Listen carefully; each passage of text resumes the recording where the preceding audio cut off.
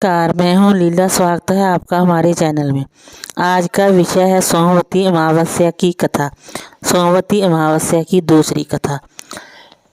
एक साहूकार के 7 बेटे, 7 बहू और एक बेटी थी। साहूकार के घर एक जोगी भिक्षा मांगने आता था। जोगी को साहूकार की बहू भिक्षा देती थी तो वे ले लेता था, लेकिन जब बेटी देती थी तब वह भिक्षा नहीं लेता और कहता कि बेटी सुहागन तो है, इसके बाद में सुहाग लिखा है।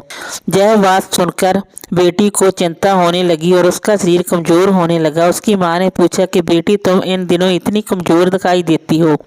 तब उसने बताया कि एक जोगी भिक्षा मांगने आता है जो कहता है कि बेटी है तो सुहागन, लेकिन इसके नसीब में सुहाग दुख लिखा है। यह बात सुनकर उसकी माँ ने कहा कि कल मैं सुनूंगी।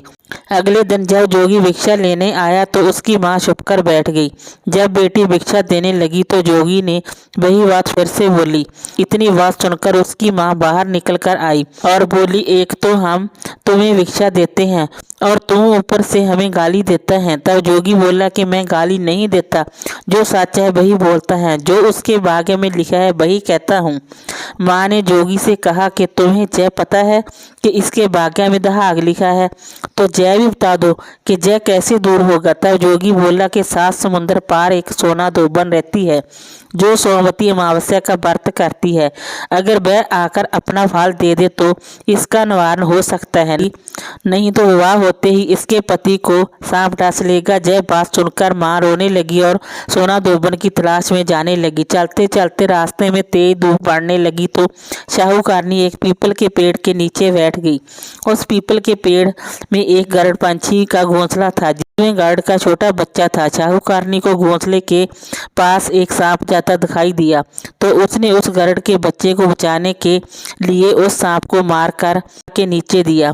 जब गरुड़ और पंखड़ी आए तो घोंसले के पास खून देखकर क्रोधित हो उठे और साहूकारनी को चोंच मारने लगे। तब साहूकारनी बोली कि मैंने तो तुम्हारे बच्चे की जान बचाई है, जय सर्प तुम्हारे बच्चे को डसने वाला था। गरुड़ ने सर्प की ओर देखकर कहा, तुमने हमारे बच्चे की जान बचाई है, अब तुम्हें जो मांगना है मांगो। तब साहूकारनी बोली कि मुझे 7 समुद्र पार सोना दोबन के घर छोड़कर आओ। गरुड़ ने साहूकारनी को अपनी पीठ पर बिठाकर 7 समुद्र पार सोना दोबन के घर छोड़ आया। वहां जाकर साहूकारनी ने सोचा कि सोना दोबन को कैसे राजी किया जाए।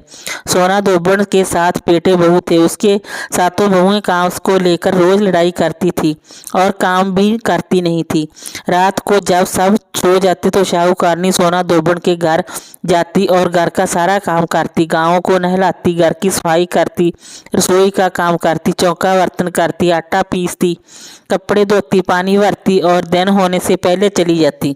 बहुएं सोचती कि ये सारा काम कौन कर रहा है, लेकिन कभी भी एक दूसरे से पूछती नहीं कि यह सब काम कौन कर रहा है। एक दिन दोबन ने कहा कि तुम आजकल लड़ती भी नहीं हो, काम भी ठीक कर रही हो। तो बहुओं ने कहा कि सासू माँ, काम तो हमें ही करना पड़ता है, चाहे हम लड़कर करें या राजी से, इसलिए लड़ाई करने का क्या फायदा है। सोना दोबन ने सोचा कि आज देखा जाए कि कौन सी बहू काम करती है, और वह रात को सोई नहीं। उसने देखा कि रात को एक स्त्री आई और पूरा काम करके जाने लगी।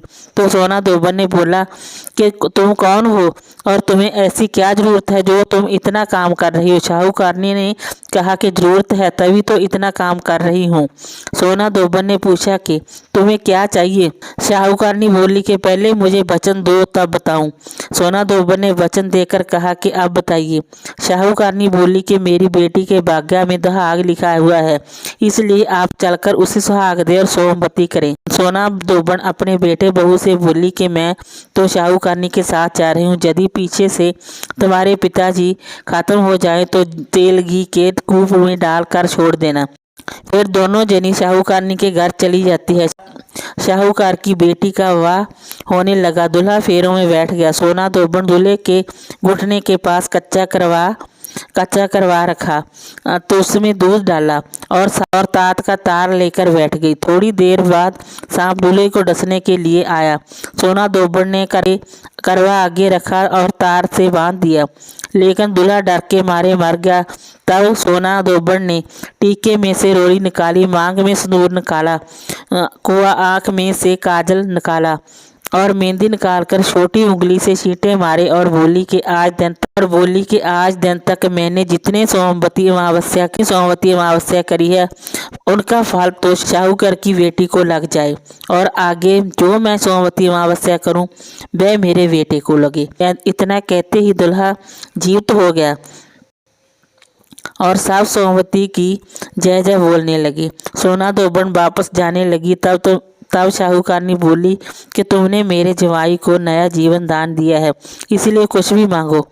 वह बोली कि मुझे तो कुछ नहीं चाहिए, सिर्फ एक हांडी दे दो। वह हांडी लेकर चली गई। रास्ते में सोमवती आती है तो हांडी का 108 परिक्रमा लगाकर पीपल के पेड़ के नीचे गाड़कर घर आ जाती है। घर आकर देखती है कि उसका पति मरा हुआ तेल और घी के रूप में पड़ा है। तब वह टीका में से रोली निकाली, मांग में से सिंदूर निकाला, कोया में से काजल निकाला, नुबा में से मेहंदी निकालकर चिटली उंगली से छींटे दिए और बोली, मैंने जो रास्ते में सोमवती की है उसका फल मेरे पति को लगे। इतना कहते ही उसका पति उठकर बैठ गया। लड़का ज्योतिषी आया और बोला कि जजमान, सोमवती अमावस्या को मेरा क्या है तो दक्षिणा दे। सोना दोबड़ बोली कि मुझे तो सोमवती रास्ते में आई थी तो कुछ भी नहीं किया, जो कुछ भी किया है वह सब पीपल के नीचे ही गाड़ दिया। ज्योतिषी ब्राह्मण ने जाकर खोदकर देखा तो 108 और 13 सोने के चक्कर मिले। ज्योतिषी ब्राह्मण सबको घर ले आया और बोला कि ऐसी फेरी की है और मुझे बोल दिया कि कुछ भी नहीं किया। सोना दोबड़ बोली, जय तो तुम्हारे वाग से हुआ है, इसलिए इसे तुम ही ले जाओ। ब्राह्मण बोला कि मेरी तो इसमें चौथी पाती है, बाकी आपका मन हो उसे दे देना। सारी नगरी में बोल दिया गया कि सब सोमवती अमावस्या का व्रत कीजिए। हे सोमवती अमावस्या, जैसा शाहूकार की बेटी को सुहाग दिया वैसा सबको देना। सोमवती अमावस्या की कहानी कहने वाले को, सोमवती अमावस्या की कहानी सुनने वाले को, हामी भरने वाले को और अपने पूरे परिवार को देना। जय सोमवती अमावस्या। वीडियो अच्छी लगी हो तो लाइक कीजिए, शेयर कीजिए, सब्सक्राइब कीजिए। Thanks for watching this video.